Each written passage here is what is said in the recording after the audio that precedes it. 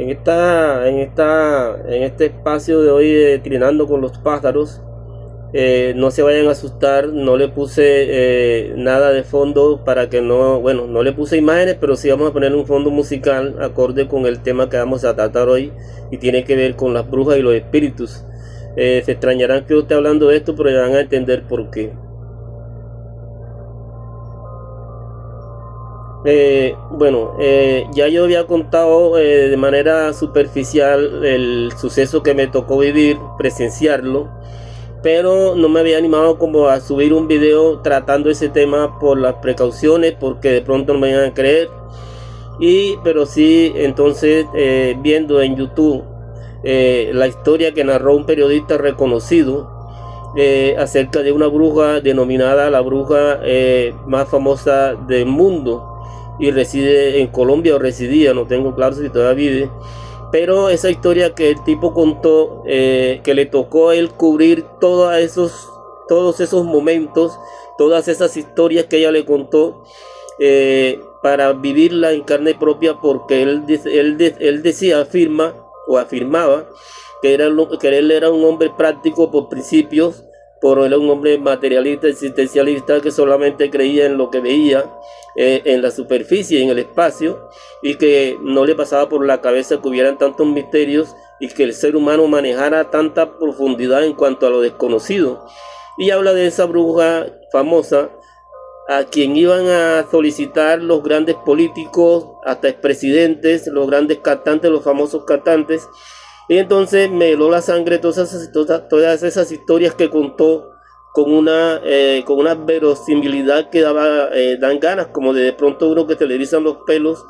Y de pronto me animé a contar la anécdota que tengo yo, que viví, que presencié en mi pueblo, con una muchacha a la que vi sacarle un espíritu. La historia comienza porque un pastor evangélico estaba orando a una muchachita, a una morena muchacha de 16, 17 años, creo que menos, podía tener 15. Era una muchachita muy hermosa, tenía una piel muy hermosa, un rostro, una playita demasiado, digo yo que espectacularmente hermosa. Y entonces el pastor se puso a orarla y al parecer invocó el espíritu del negro Felipe. Yo no sé si quien la poseyó fue él, pero al parecer lo era. Y entonces llamaron a una señora del pueblo. No voy a mencionar los pueblos porque quiero como que la historia quede ahí. Entonces la señora la llamaron de un pueblo y yo vi que la señora mandó a comprar. Yo siempre curioso, yo siempre como con una agudeza de descubrir, de querer saberlo todo. Yo me ofrecí porque la muchacha no la podían controlar. Y yo me ofrecí con otros 8 o 10 muchachos, no sé, jóvenes. Me metí en la casa para ayudar a controlar a la muchacha, porque resulta que al parecer se le metió el espíritu. Al parecer no, yo vi que esa situación la estaba viviendo con mis propios ojos. Y entonces viví toda esa experiencia y por eso vine a contarla. Soy animado por la experiencia que vivió el periodista. Entonces, ¿qué pasó? La señora hablaba como extraño. Y yo lo primero que le pregunté, pero ¿usted por qué habla así? Me dijo, no, porque yo tengo que permitir que un espíritu más fuerte que yo me posea para yo poder combatir el que se le metió a esta muchacha. Y esa señora había comprado sábila con sal y pidió una botella de Medellín que estaba casi llena, la tenían por ahí. Y entonces comenzó el proceso de la lucha de esa señora poseída por otra persona o por otro espíritu poderoso, luchando contra el espíritu que había poseído a la muchacha.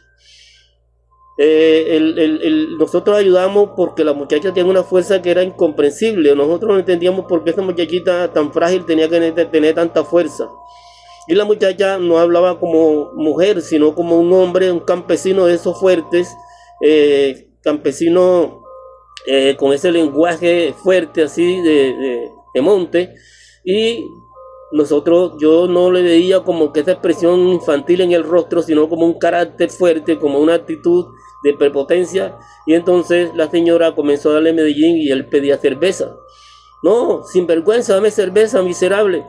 Y la otra señora también que le estaba atacando, que le estaba tratando de emborrachar, nosotros ayudamos para que le pudiera dar la sábila con sal y que le metiera el trago de ron cada rato, y él pedía cerveza. Y eso era que él le decía a ella palabras sueces, le decía palabras vulgares, y la señora también le decía y le gritaba y le decía, y comenzó esa lucha y nosotros ahí tratando de aguantarla cuando nos trae a salirse para la calle porque la señora quería controlarla dentro de la casa. Y entonces le daba y le daba y le daba, y llegó un momento en que la muchacha salió, no pudimos con ella y salió al patio donde estaban, porque la muchacha no conocía a nadie del pueblo, ella nació en Venezuela y la habían traído por esos días para acá. Y entonces la muchacha salió y apuntó como que a otras tías que estaban ahí, que también eran de Venezuela, familias, y le dijo, a tu marido no lo mató fulano de tal, sino fulano de tal, y no fue el día que dieron, sino tal día y en tal parte. Y le dijo a la otra, y el marido tuyo no estaba con la vieja que decían, sino con otra vieja, y la calumniaron, y ella fue la que sufrió las consecuencias, pero ella no era con quien estaba tu marido. Y así sucesivamente, nosotros preguntamos y si que nosotros no sabíamos eso, y la señora también se quedaron prácticamente helada al escuchar esas confesiones. Y así fue dándole, y llegó un momento en que se sentó ya, comenzó a emborracharse y ya comenzó a bailar sobre la cama, porque estábamos en un cuarto donde hay una cama, casi no cabía ni la cama ahí, y comenzó a bailar y ya comenzó el Reún Medellín a hacerle efecto, y le insistía, pero vieja bandida, vieja hija de puta, ¿y por qué no me das cerveza? No, y ella le decía, no, sinvergüenza, tú lo que eres un sinvergüenza, un depravado, ¿cómo es posible que te vayas a enamorar de esta muchachita con tanta mujer mayor que hay? Tú eres un sinvergüenza, tú eres un degenerado. Y el espíritu le decía, más degenerada es tú, vieja maldita, a mí no me des ron, dame cerveza.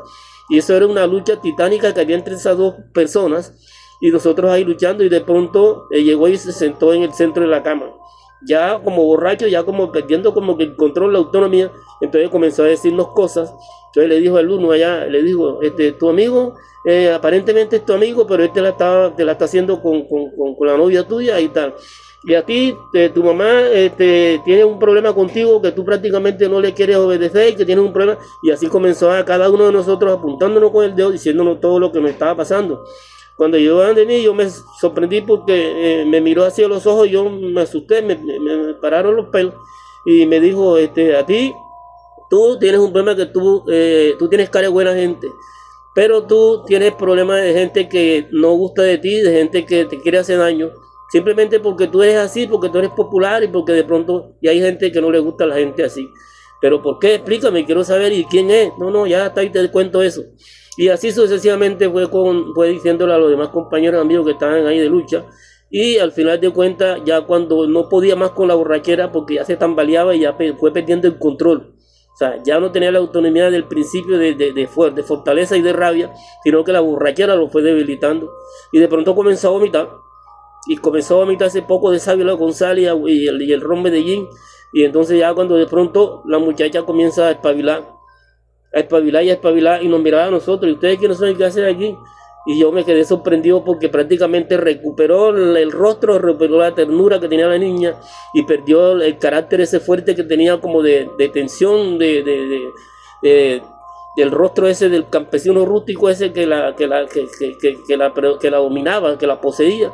Y entonces yo vine y le pregunté, le hice algunas preguntas, pero me le acerqué así para sentirle el olor a ron, y resulta que nada, tenía un olor natural de la niña de 16, de 15 años, no sé, en la boca, y eso prácticamente me dejó prácticamente convencido, porque se me olvidaba decirles que yo, así como el periodista, también era un hombre incrédulo, que prácticamente estaba convencido, porque yo tengo unos conocimientos que he adquirido, como soy autodidacta, los conocimientos los he adquirido a través de los libros de filosofía, libros de historia, libros de antropología, libros de sociología, libros de todo. Entonces yo tengo una formación materialista, tengo una formación de existencialista, y no creía en esas cosas, y prácticamente ese suceso partió mi vida en dos, y de ahí en adelante comencé a darme cuenta que hay misterios profundos que la mente humana no ha podido descubrir, y que nos esconden tantos misterios y tantos secretos,